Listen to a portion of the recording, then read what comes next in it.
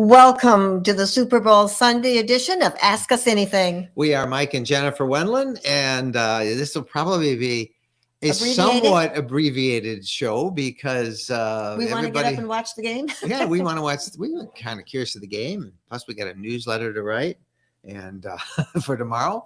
But anyway, it's great to see everybody on this this Sunday in February, Valentine's week. Will you be my Valentine? Certainly will. You're wearing red tonight. Mm-hmm. A little bit of red. This is a busy week because I said, can I tell everybody that today is your birthday?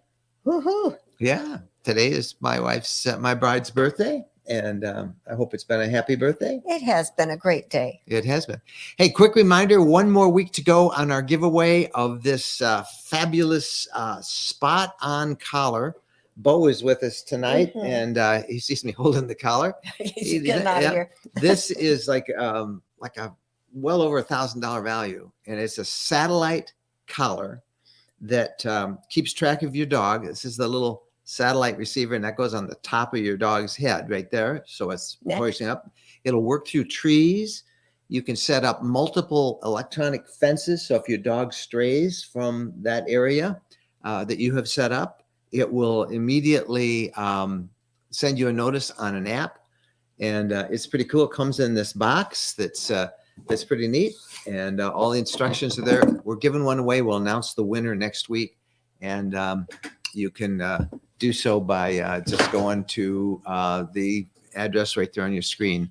And I'm going to say it's awesome. Absolutely awesome, because you can have it for different places. Different places that you go, like our son's house, we can use it. Our property in Tennessee, we can use it. Wherever you are, you can use it. Yep. So pretty neat.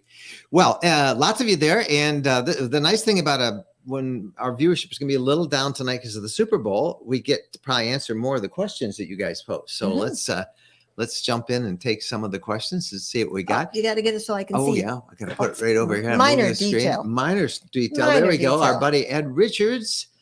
Greetings from sunny and cool Baton Rouge. Hey, Ed. Good to see you down there. Hope you've had a great week. Always good to see you. It's been sunny the last 2 days in Michigan. Absolutely wonderful. Joey F. Mrs. tried the Wildland coffee this morning. What a great cup of coffee. It will really save time in the morning when we're on the road. That was one of our giveaways, Wildland coffee, and you can find it there. It's fabulous coffee. It's like coffee in a tea bag. I think that's the best way I could describe it, but it's really good. It's very fast, and you can check it out. It's pretty cool. Glad you tried it. It's the stuff that are on our partners page and that we form. These are all products that we actually use ourselves, and so we don't use anything. We don't suggest anything that we don't recommend that we like. I'm so happy. Why? My granddaughter Rachel is sending me nice birthday wishes. Oh, that's how. Thank you, Rachel. Yeah. Our friend Despina Raises. Hi, Despina. How are you? We use the Clear C2O with our Class B. We have had some awful tasting water in our travels, but with a Brita filter, Would that help it? Would that help the taste of the water? So there's the Clear 2O filter goes at the spigot. There's actually 2 phases for it. So I don't know if you have both stages. One is a big sediment filter, and then onto that you screw another solid carbon or charcoal filter, carbon. And man, I can drink right out of the tap for that. Tastes really good, even bad water. But it would not hurt to do a filter, an extra filter. Sometimes we use like a Brita filter or another filter. We put the water in that filter in a little canister that you can then pour the water on. We do that in our home. And Sandra Finley uses a Brita for drinking and cooking. After it flows through, she uses the big one. So, campground water is all over the place in quality. Yeah, you don't know what you're getting. And the best filter we found is that Clear 2O. We really like that. But by all means, refilter it. It's pretty good. Matthew Blau. Have you joined a GMRS network? GMRS stands for General Mobile Radio Service. And I haven't joined a network. There really aren't any networks. You mean a repeater, I think you mean. We travel from place to place. So I don't really, and most repeaters are closed. I'm thinking of actually putting a repeater in at our Michigan property and at our Tennessee property. But I have not joined one. I do have it in our truck as we travel. And as you've seen our previous videos, we really think those are pretty cool. Those GMRS radios that everybody can get, but we haven't set up a repeater yet. It's something I kind of want to do. First, I want to set up my new ham station, which is you'll see it over in this shot over on our right shoulder, and that when the camera switches. But I got to set that up at our new Michigan property, so that'll be more fun. So good to see you, Matthew. Haas H. This is better than the Super Bowl. Yeah. Hey, that's what we like to hear. Well, everybody watches the commercials on the Super Bowl. So, but yeah, we'll catch the end of it, the second half probably. All that matters is last quarter. The last quarter. Yeah. Last couple of minutes. Yeah. That's my ham station right there, by the way. Right there. So, thank you for wishing me a happy birthday. Yeah. Everybody's wishing you a happy birthday. Thank you. Yeah. Oh, thank you. Yesterday was an awesome day because all three of our kids and a couple of their spouses and a couple of the grandkids were here. They were all helping us pack. Yeah. And so it was a packing party. Oh, everybody's so sweet. Thank you so much. Well, look at that. I appreciate it. Thomas Romanowski Can you believe that? Just had his motorhome's catalytic converter stolen. Yeah. No trips for a bit. Thomas, finally, I mean, that's not going to be any consolation to you, but that's what happens, and they're being stolen all over the country. Congress has finally have some legislation pending that would require a VIN number to be stamped on them. So if they're resold, that it would show as stolen. I don't know how much help that's going to be, because really, as soon as these unscrupulous dealers buy these catalytic computers, they usually these catalytic converters, they melt them down for the precious metals inside and sell them. But nevertheless, Congress is aware of what a big problem it is. And I'm sorry to hear that happen to you, my friend. That's not good. That's really sad. That's not good. Karen Horton. Tire covers or no tire covers. We have a set and we use them currently in Florida Keys. Yes, I would use them. We have had, we've never used tire covers because basically we're never in one spot long enough, but we did put them on our fifth wheel in the fall. And I took them off because mice had moved in. They moved in, and they were living. Mice. They were living. We're building condos. They were building condos in my tire covers. Yeah, they were very happy there. So, they said thank you. Yes, they were delighted. And then they went up into the fifth wheel. Then they got into the fifth wheel, and yeah. So we put those on just as the weather turned cold up in Michigan, and that's when mice, looking for in the warm fall. sun. That's when the mice are looking for a place to spend the winter. So I've got kind of a bad feeling on tire covers. I don't know if I'd use them, but good question. Well, in Florida, because of the heat, the sun beating down on the tires, if you're going to be in one spot, the dry rot, that sort of thing. Lisa and Bruce Bennett. Okay. Any thoughts on an entry-level Class B? I love Class Bs. Yeah. I absolutely love them. That's what we started out in. I have a very warm spot in my heart for a Class B. I think the smaller the vehicle, the more you can go out east and you can go to places and not have any trouble whatsoever parking. It's just easier to park. The smaller the unit, if you can live in it, wonderful.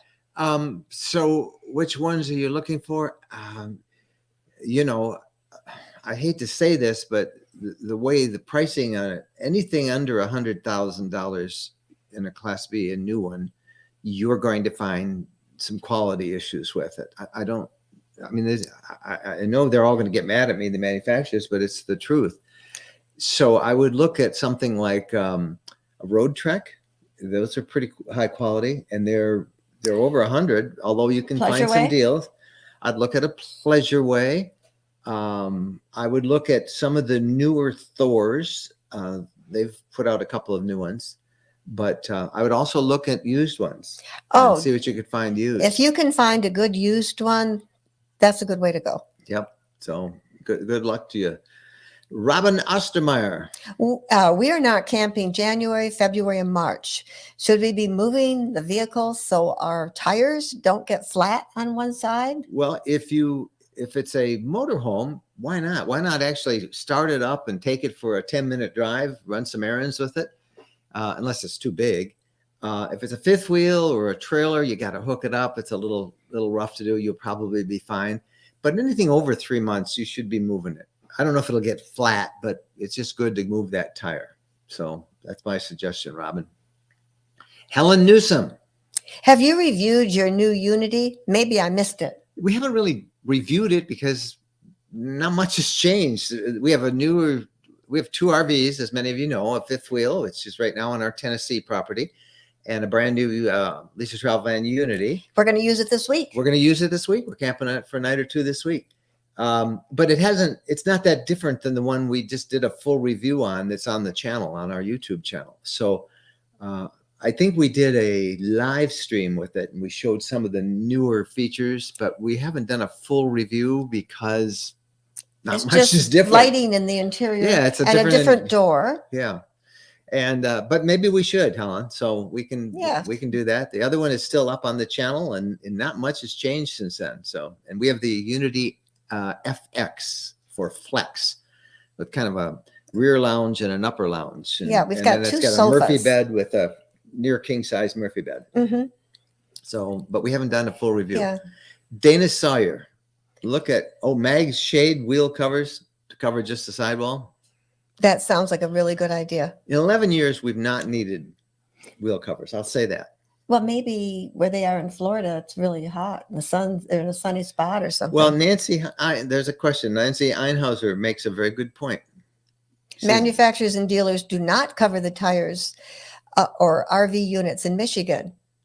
Yeah. Any season. Yeah. And you don't see them covered on the lots. So if you keep it for a year on, if it doesn't ever move, then cover it. And if it's in a really hot where there's lots of sunshine on it, maybe cover it if you're not moving it. But I'm not so sure. In 11 years, we've never had to do it. So if you're not moving it, you might as well take the tires off and sell them. Yeah, there you go.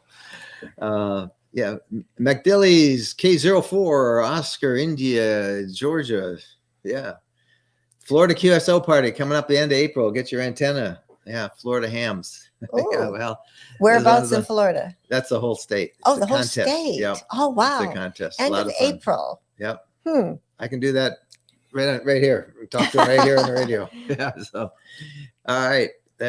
Sandra Finley. I just updated my sealant on the roof vent and solar panel connections.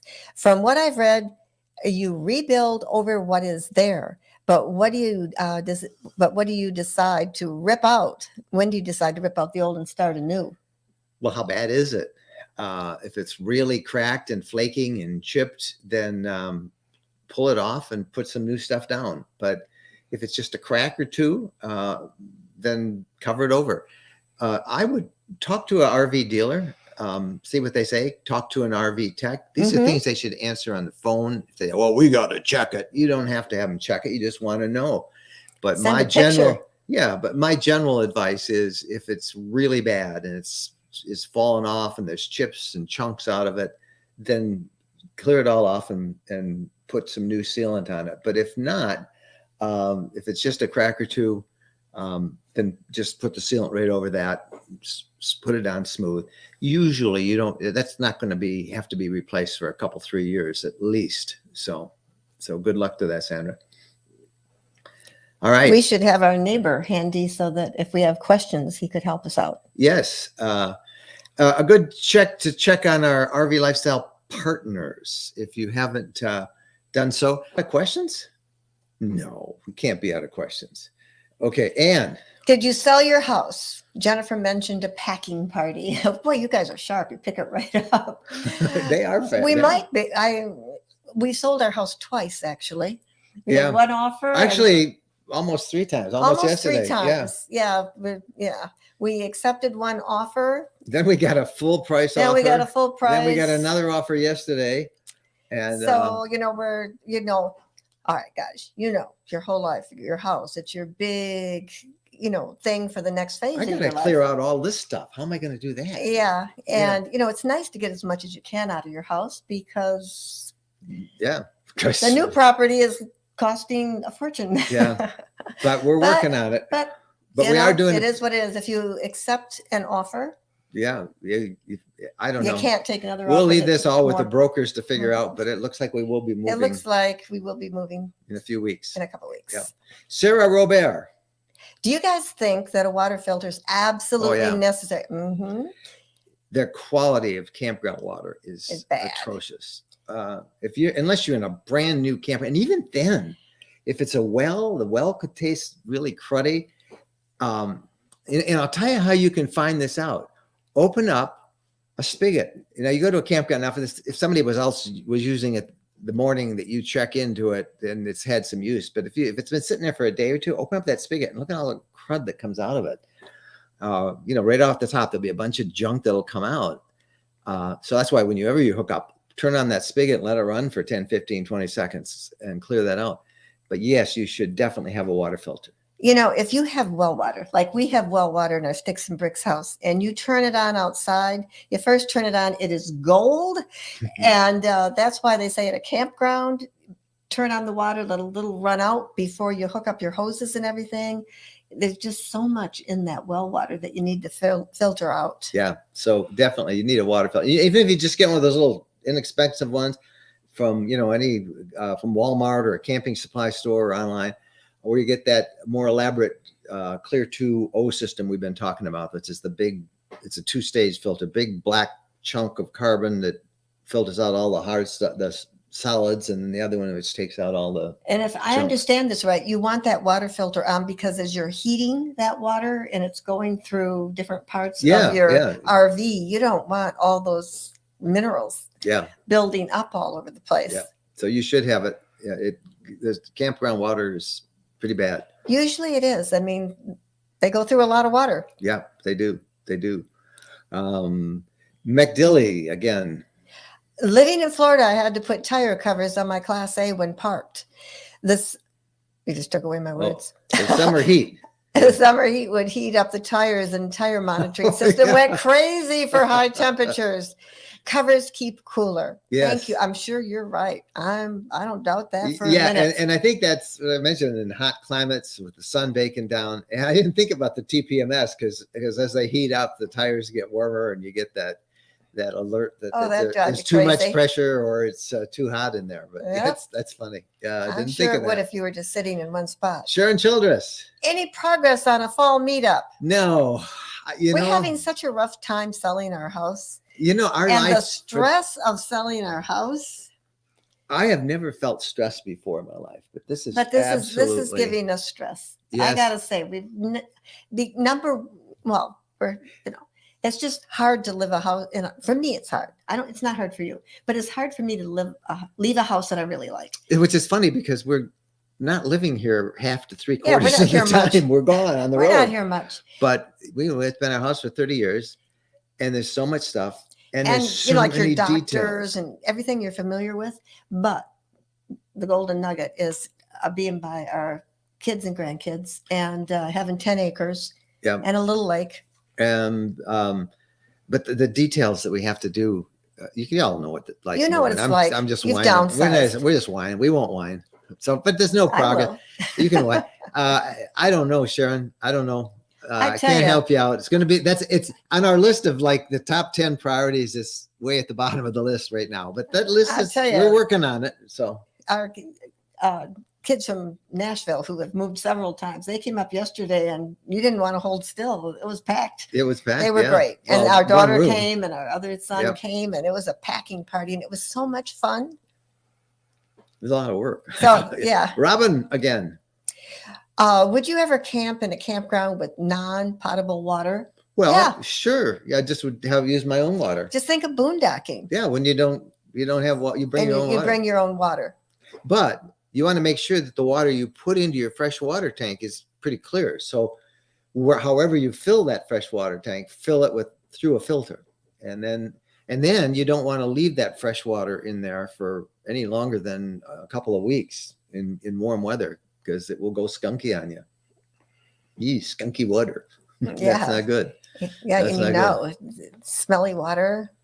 Oh, the sweepstake. Got it. Just another reminder for those who didn't come in, one more week, and then we're going to give away this, not this one, but a brand new one. This is Bose. We'll put it on Bo. Bo's taking a nap over there. I locked him up. This is the spot on geo fence camera. It's a satellite camera collar. Lets Bo run leash free. You draw your own map, your own electronic map and we have one that's like 3 acres, one that's like 5 acres. And when he goes outside of it, he gets a little beep and alert or a little correction. And I think this puts invisible fence out of business. Yeah, it's really cool. So just go there and you can enter that, and it will be easy to get. And then again, our partners page. I'm not gonna keep promoting ourselves. Are we done with questions, Phyllis? You think? Phyllis is giving me a nod. Okay, it's Super Bowl. It's Super Bowl time. Yeah, everybody's. The game is on, and I'm not gonna sit here and keep jabbering and promoting stuff because it'll sound crazy. So. Check out, we got a lot on the podcast, great podcast coming up this week. We interview a couple who found our Valentine's Week podcast. They found love. They're both widowers. They weren't looking for it, and they found love in a campground and in an RV park. And we'll share their fun story coming up. I'm not even going to say anything about finding love in the campground. That's a pretty clickable title, don't you think? I should get love in an RV campground. Well, maybe you guys can help me find marriage, maybe marriage, commitment. Marriage, no, yeah. I think. What do you think? You think you'd click on something? I'll make it real sensational, like Drudge Report. Love in an RV campground. Bob Leach says, "Who cares about the sea?" Yeah, not very many people, Bob, care about Mike and Jen, but they do care about the Super Bowl. Thank you for that. And Joy Anderson.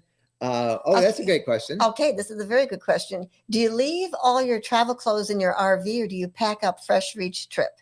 I only leave like a raincoat, just different coats, maybe a couple pairs of shoes. I don't leave everything I own because I want to freshen it up. I have allergies and I like everything to smell real fresh and be fresh.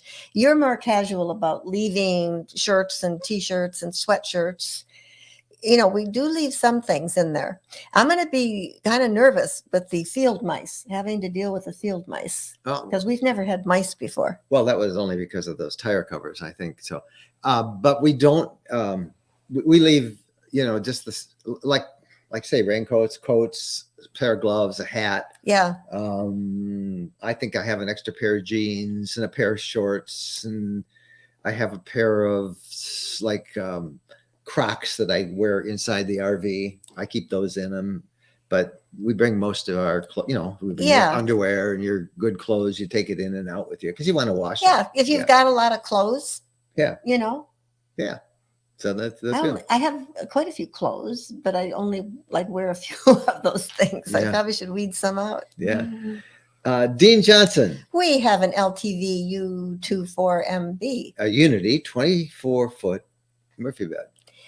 Have a 4-year-old cocker, just welcomed an 8-year-old cavalry puppy. Any questions on traveling with the new edition? Well, you got an 8-week-old puppy. Have you housebroken that puppy yet? Or motorhomed that puppy, broken that puppy yet? I sure would not want to be housebreaking a puppy in an RV. Well, as long as they don't chew everything up. I mean, that's another thing. Yeah, they're going potty. You can clean that up easy enough. 8 weeks is and pretty. You probably got a little crate for your puppy, or you just don't care about the smell. 2 dogs in a 24-foot motorhome, I think it's pretty cramped. But a lot of people do it. A lot of love. A class B with all those standard poodles. Our friends had. Didn't they have 3 or 4 of them in there? I don't know. Took them up to Tequaman and Falls. They're like a clown mobile with poodles, And they're the dogs were happy. They had their friends there. You'll get your dog used to it. What I did with Bo is I took him out when he was a puppy. There's pictures on the internet someplace. I took him out and let him hang out in the. We had just a Class B at that time, and I let him hang out in the Class B. Mm-hmm. And then I use our motorhome when we're not.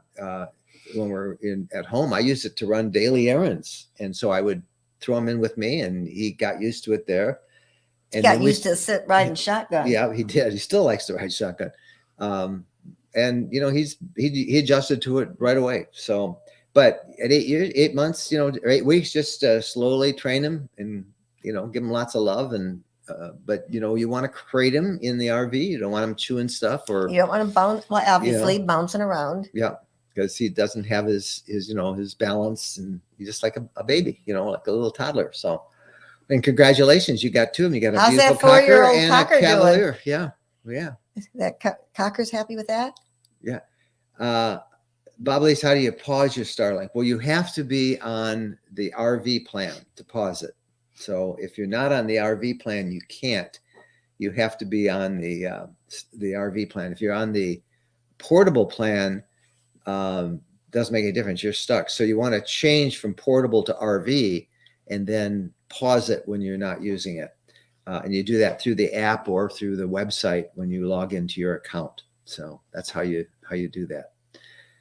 7-14 Eagles. Thank you, See, Jack. we don't need to watch this game until the last quarter. Thank you, Jack, for Will that. I be ignorant and say who's predicted to win? I don't know. The two really great quarterbacks, so I like them both. Top down driver. Just picked up a brand new 2022 Unity twin bed. Wondering two things. Did you replace the rear view with a backup camera? If so, which? And number two, a good recommendation on first place to travel. Okay. The first They're in thing New Mexico. on all of my other leisure travel events, and I had a Unity, a Wonder, now a Unity. On the first two, I did replace. I didn't replace the rearview mirror. I just bought a backup camera that was on all the time, and used that. I did not do that on my current one, basically because I've gotten used to towing the fifth wheel and using the mirrors, and I realized, yeah, I don't need. Oh no, that means when I drive, I don't have No. what I'm used to. No. Oh, excuse me. No, you don't. We haven't. You haven't driven this one yet. No, I haven't. Yeah, I've done all the driving. So, but I haven't put it in. I don't think I will. And I don't remember the brand I had. There's a million of them out there. You can get wireless ones. I got a wired one and I took it to a local stereo shop and had them hook it up for me. And I just bought it from the dealer. I just said, what do you have for a rear camera? And you want one that's on all the time. Now they told me, and I don't know that this is true because I have not checked it out in the Unity, that I can now activate on the Mercedes-Benz Sprinter chassis, that I can now activate that backup camera while I'm under motion. I don't know that that's true or not, but I was told that, I think here by somebody. And if that's the case, then we don't have to get one. But, yeah, for some reason, I thought they now had a backup camera. Well, they have a rear camera, but it only comes on when you are in reverse. But someone said that they now had that now you could override that through the controls. You know, there's all these complicated controls and make it play through the monitor all the time. I think a backup camera is a must. Well, it is when you back up. Well, You think you want a constant. When I'm driving down the on. road, I want to know. I want a better view of what's behind me. Now, see, I don't really like that. You don't care. Because, well, I do care, but it's an inaccurate view because you're looking through the camera. It really distorts images, distance. People who are much closer to you seem much further. And I just have not liked the rear facing cameras, but we'll see if that's true. We're taking it for a trip this week. We'll be camping in it. So I will try that out and let you know next week. But I don't think it's true, but somebody here said it was. So is it true? You'll have to come back next week or find out yourself. Is Jen going to drive? Yeah, probably not. But we've been down that road before. So it's good. So good question. And I wish I had a better answer. And I love the Class B where they had better, when people were in your blind spot and passing you. Yep. I mean. Oh, he asked the second part of the question is a recommendation of the first place to travel there in New Mexico. You're in a beautiful state. White Sands, White Sands National Park, the new national park there. Go to that. Go up around Santa Fe. Oh my gosh. I don't know what part of New Mexico you're in, but you're in a gorgeous state for camping. Here, I thought the first place is like your own driveway. Oh, yeah. To make sure that you're familiar with everything before you go venturing too far down the road and make sure everything works. Pick a state park not too far away. Or a park. Start off close to home. Good advice. Even your own driveway. Yeah. And Ed Richards has an always on rear view camera in my road truck, and I love it. A road truck did that. Some of them, not all of them. I don't think they do on the Sprinters. I need all the help I can get when I'm out there. Don't we all? Daniel Barrett. Have you taken I-95 down to Florida? I'm headed to Vero Beach from Michigan and was considering taking this instead of I-75. Any advantages or disadvantages? We've not taken it down, but we've taken it up. The advantage, Daniel, is that you're going to go close enough to the Smoky Mountains and the Blue Ridge Parkway that you can do some sightseeing and spend a couple of nights there. Ooh, that'd be fun. And as you come further south, northern Georgia has some really awesome spots. Tallulah Gorge is a great spot that we really like. Can you get around Atlanta without having to drive Yes, through you it? can. Ooh. The disadvantage is you're going a couple 300 miles out of your way to get over to 95. The advantages of you have a lot more. It's a really nice drive. And I think you pass a couple of national parks going on 95. I can't remember the other one, but so yeah, I would recommend that. I mean, that would keep you out of Cincinnati. Well, I think you still have to go through Cincinnati, but it'd keep you out of Atlanta traffic, which is well worth it. And it's a great trip. It's a great trip. It's just more miles, and that's about the only disadvantage I can think of. Bob Leach. How many days would you allow for driving in New Mexico?